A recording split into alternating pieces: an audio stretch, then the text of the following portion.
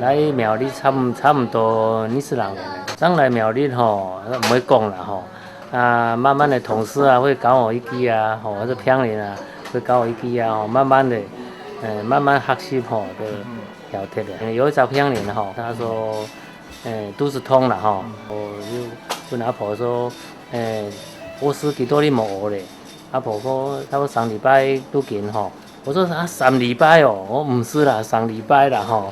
有同事会叫我说，你懂面线啦？我常说，吃什么面线啦？懂面线啦？我俩是啰啰嗦嗦的意思嘛吼。苗栗吼做欣赏吼，客家话爱学啦。因为老人家吼都讲客家话，所以苗栗做欣赏吼，讲客家话是有必要的啦。